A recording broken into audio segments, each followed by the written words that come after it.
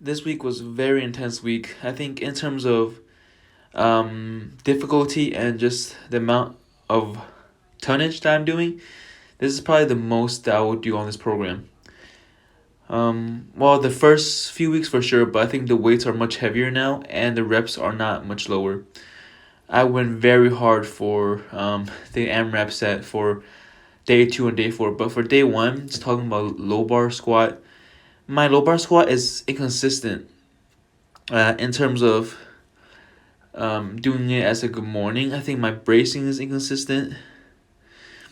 As the weights get heavier, like 330, I can manage it, and it's not as much of a good morning. But when I go to like 350, 360 for reps, it really looks and feels more like a good morning. And my bar path isn't straight on the concentric. On the way up, it leans forward, like the bar goes forward a little bit. So I really need to practice bracing. I think I really need to really just think about not raising my chest and focusing on getting air out of all 4 directions of my ab area, right? Like when I brace like regularly, like sitting down, standing up, it's pretty easy, but when there's weight on your back, it's a whole different ball game. So really focusing on how to do that when it's singles, doubles, triples, and higher rep sets especially. So I think this is one of my main focuses now, starting week 12, week 13. I think especially week 13 because I am recording this during like halfway through week 12, and it's just something that I really need to focus on. Like I have enough volume now for quads, but not enough focus on bracing. I think bracing is the other issue, right? For fixing a good morning squat, and I think that will help my deadlift as well. Things otherwise went pretty well for incline bench. I got 13 reps on the AMRAP. Very happy with that, with the rep target being 11. I think 13 for 170 pounds is on par, if not more than I've ever done on this program, so I'm very happy. I do way low more, but after like just cutting carbs off for a couple days, my weight is back to my original a year ago. So I think I do way more than usual, but it's just because I've been eating more carbs. So still, we're very happy with the results. Now moving on to day 2 after you see the rest of my day 1 footage.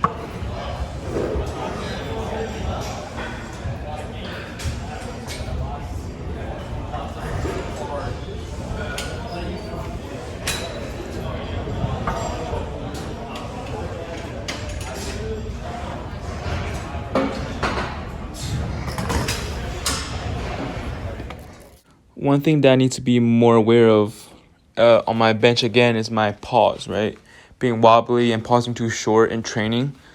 Even though I'm not gonna compete in the next year or two, most likely, it's still good to have a consistent enough pause where the weight is static and then I push up. But in week 12, I do work on this a bit more. So this is week 11.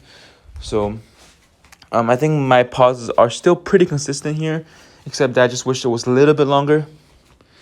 But I was happy with the results for the AMRAP. But I feel like it's better to have quality reps and miss a rep, like high quality reps, than to have more reps but the pause to be wobbly or inconsistent, right? So the other thing is high bar squats, right? So this thought came in at week 12. Like I'm at the time of recording this audio, I'm like after I just finished day 3 on week 12, so I just finished my day for deadlift, my comp deadlift, and I have 2 thoughts for my high bar squats. Well, honestly, just my squat in general. So one is my stance. So yes, I have taken a narrower stance. I think for high bar, it's okay, but even for high bar, but especially for low bar, I need to widen it a little bit more. So my stance, I would say it's about, I think for low bar, it's about, say like 10 inches apart with my feet. So slightly inside shoulder width, if not a little bit more than that. Like 8 to 9 inch the space between my 2 feet, right? For high bar, it's even closer. I think for high bar, it's not as much of an issue.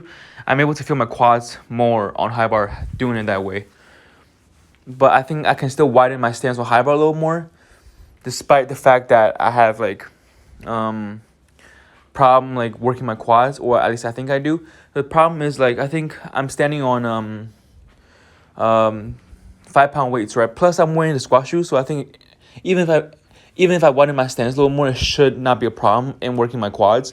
But for low bar, I think having 8 to 9 inches between my 2 feet is too narrow, and I might not be able to utilize the benefit of low bar if I stand that narrow. And the bigger problem is I think a good morning might have exacerbated because of that. I think if I have my stance just shoulder width again, like how I had it before, right? Or just slightly inside shoulder width, I think that would be better for me. Because if I do an air squat, I feel the best when I'm shoulder width, honestly. So I think that will be the approach that I'm going with, widening my low bar squat stance by probably 2 or 3 inches, 4 inches, and try it that way. And then high bar, I'll also increase it by like a couple inches as well. So the other problem is my long torso, right? And my long torso makes it so that I have more of a problem rounding my back on high bar squats, like my mid back, and also just basically having my back more parallel on low bar squats. So what I'm thinking of doing is, because I do on my day 4s, I do pause squat, right? And like week 12 is like 305 pounds for 4 sets of 5 and like a AMRAP, and then like week 13 is like 325 pounds, which I can do no problem. It's be very hard, but I feel like reinforcing my good morning pattern by doing that, and I don't need to do this much low bar squat, right? So what I'm doing is I'm going to replace the pause squat on that day, starting week 12, so next week, with front squat. And when I did my front squats on Squat Every Day on Bulgarian, my best was 330. And watching that video, I was leaned forward quite a bit, but not as much as right now. I feel like I lost some practice and just the ability to stay upright at the bottom of the squat. So I'll be using squat shoes, of course, but I'm going to be trying to stretch my calves every day and just sitting in a third world squat with some weights for a few minutes for warm up, and then especially really try to think about going straight down, bring my knees forward and hips in line with my entire body, right, going down and not pushing my hips back, because that's more of a low bar pattern.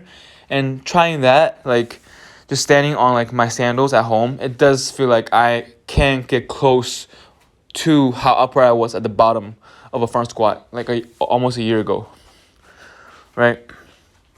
So I'm replacing that exercise, pause squat, with front squat, and I think I'm doing like 240 pounds on week 12 on that day, so it's not too bad for like four sets of 5.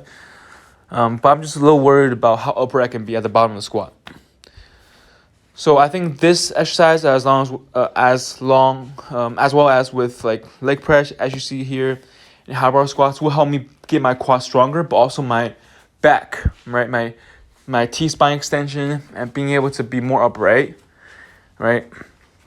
I think is something that has been missing, because when I was front squatting on Bulgarian and even before, my squat was less of a good morning.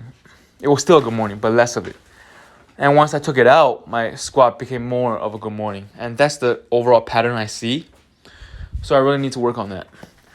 And it's a small possibility, but I might, starting week 13, because I already did week 12 high bar squats. Starting week 13, I might take out high bar squats and put front squats again. We'll see how the front squat in week 12 goes, and we'll assess from there. But I'm really excited to actually front squat because I think there's opportunity there, and I'm excited to hit like a heavy single on there, right? Because back on Bulgarian, I can hit like 295, 300-pound front squat, and it'd be like RP 7, 8. I want to be able to hit hopefully like 285 for RP 8, or even 280 for RP 8 for over warm up single.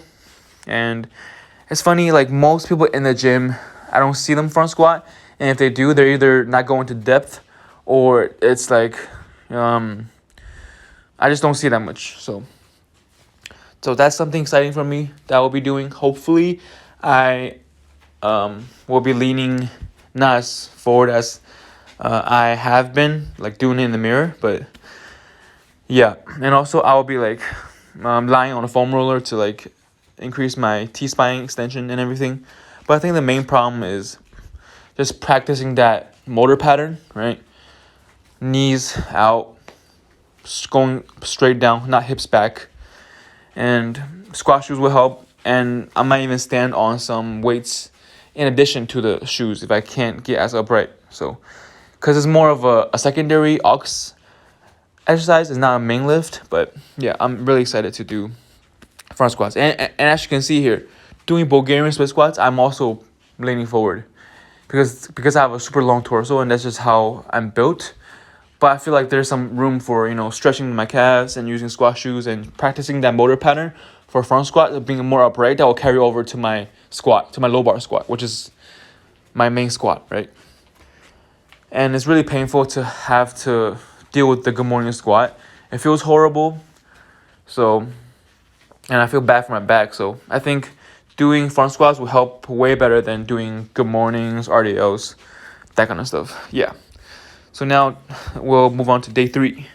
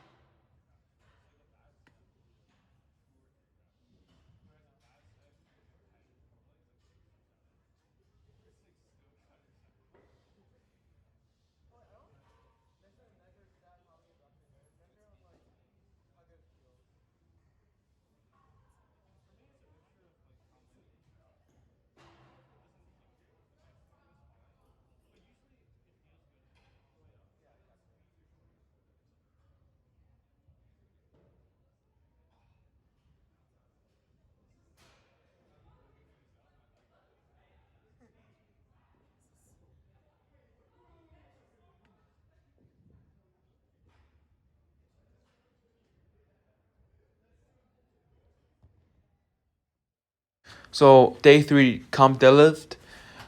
This felt a little harder than usual, I think, because I've added so many quad focused exercises. Not so many, but 2. But my quad's being worked, so I take a day off after day 2. And I don't think that's 100% enough recovery, so my legs don't feel as powerful as they would if I was fully recovered. But I don't think it affects it that much, so I think it's fine. But, doing high bar squats and then heavy leg press, going actually near to failure or to failure, and then Bulgarian split squats. But overall, I was surprised that I got 8 on the AMRAP, the target being 7. And as you can see, I took a narrower stance. Honestly, it feels a little weaker, like, thinking about it. So, I'm going to go with my, regular, shoulder width stance, or slightly under shoulder width, rather than going much narrower. These deadlift reps are starting to get really grindy. The problem with me is, I'm not sure if this is related to, having not done front squats, and maybe front squats will help, but having a rounded back, lower back on deadlift, right? That's how I've always deadlifted.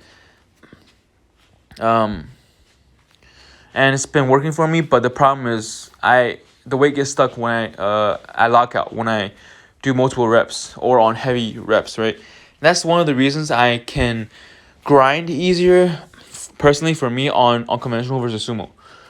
On sumo, I start with a rounded mid back, and then by the time I easily get the weight off the floor, I'm stuck with the bar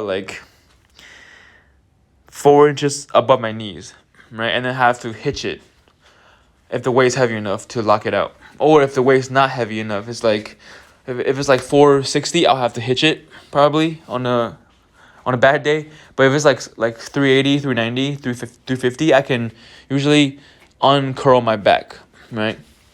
It doesn't help that I have a long torso. I think that's one of the issues.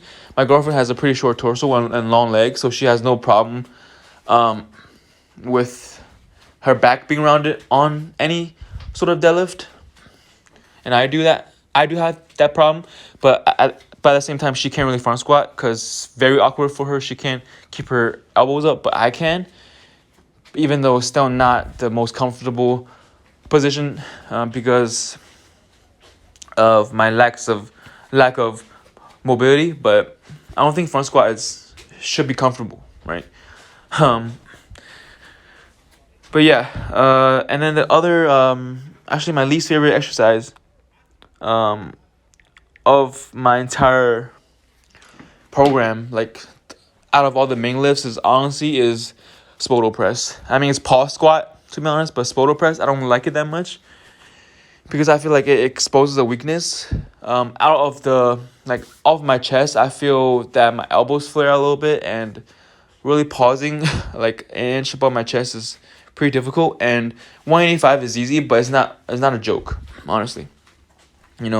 I've been hitting the rep targets, but I wouldn't be surprised if I miss the rep target in the next few weeks. And that's fine because spoto is not my main bench press, but it's still something that I have to be aware of and practice, and that's something that I went into week 12 with. For me, with week 11 is pausing longer on both my comp bench and my spoto bench. So yeah.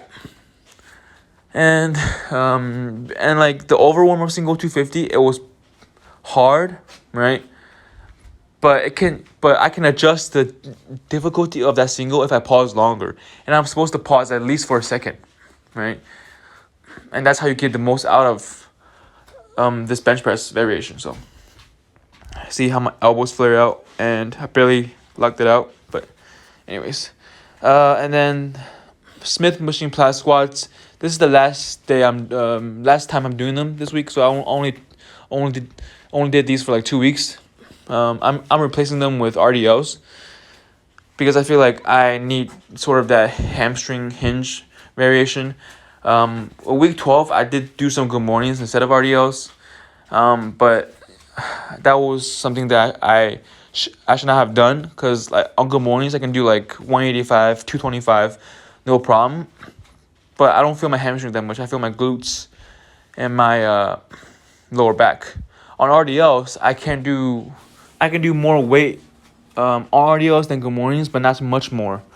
And I feel like once I get to past like 275 on RDLs, I start to feel my lower back a lot and not much my hamstrings. So I feel like it's a lower back and hamstring imbalance. So gonna go probably to just 2 plates on this day, starting week 13, because I already did good mornings on week 12. But I did feel my hamstrings like the next day on good mornings. But I feel like I need to lower the weight on RDLs, and RDLs probably hits the hamstrings a little more.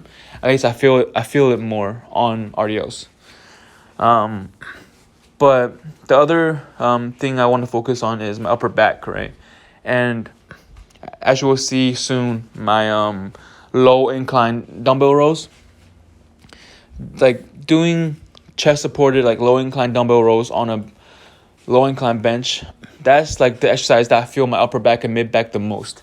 Doing seated cable rows, doing dumbbell rows like without the chest support, I just feel it like in my lower back, or I don't feel the mind muscle connection much at all. And by the way, I think I failed this on the 9th rep.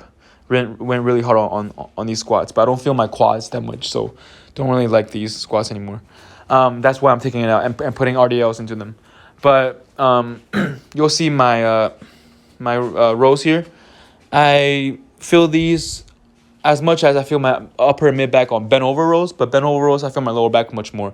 And I want to take out my lower back out of the equation in most of my rowing work for now.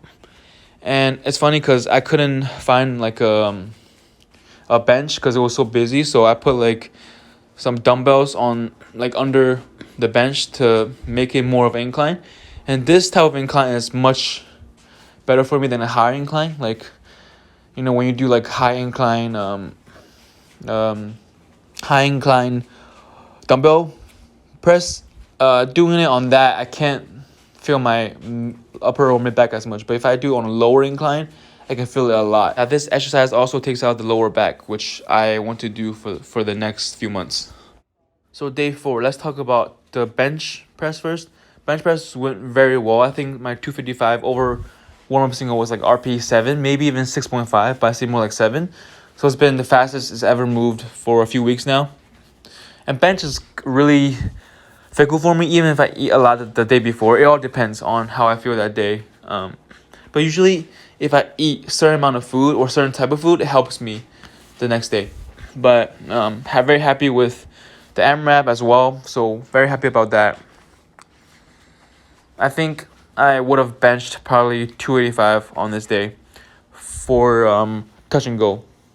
My best obviously being 300, but when I was on Bulgarian, I could definitely bench like 285 or 290 for touch and go any day of the week. On my peak, probably 295 or 290 at like any day of the week, but I'm not peaking yet anymore. So I think the highlight of my bench press is my leg drive. Like, I'm trying to work on it, trying to be as tense as I can, pushing myself up on the bench. It's easy to say, but it's harder to do, right? Because you're trying to keep the weight at the right place above your chest and everything. So sometimes I feel like the leg drive isn't there as much as it should be, even though I have like my feet as back and behind me as possible. But I think I just need to be really focusing on tensing and pushing through my legs and flexing my glutes and everything. So it's not supposed to be a comfortable thing to do when you're setting up for bench, right? I think honestly the most comfortable position when you lift is probably isolation work, right? When you're squatting, bench, and deadlifting, especially in variations, you're not supposed to be comfortable, right? Pause deadlifts, pause squats, right? You're not supposed to be comfortable because you're trying to disadvantage yourself, right? By lifting in harder ways or easier ways, but you're just doing new things, right? So it hasn't been super long since I done this new bench press form, so it's only gonna get better. Now, the other problem, or the main problem going into this day, was the pause squats. As you can see, my pause squats look good, but it's my hips are shooting back.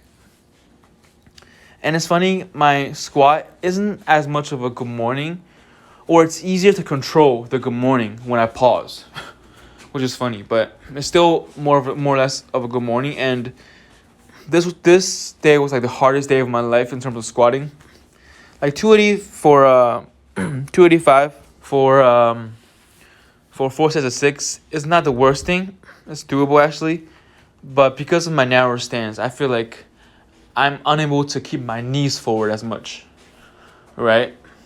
And that's one of the reasons why I have trouble with good mornings. So I think front squats will help that, but also having my upper back, I think, or my mid back more like rounded as I come up is also a problem. So working on front squats will help this, and that's why I'm taking out pause squats, because I feel like it's ingraining a bad motor pattern, and I don't need to squat low bar this much, because this is more of a developmental kind of program or kind of season for me, right? I'm not trying to compete or anything. I do want to peak in the next like 3 months, but I'm looking to fix my weaknesses, right? And fixing my weaknesses is my way of getting stronger, right? And I think front squats should be able to help me, because it tackles multiple things, right?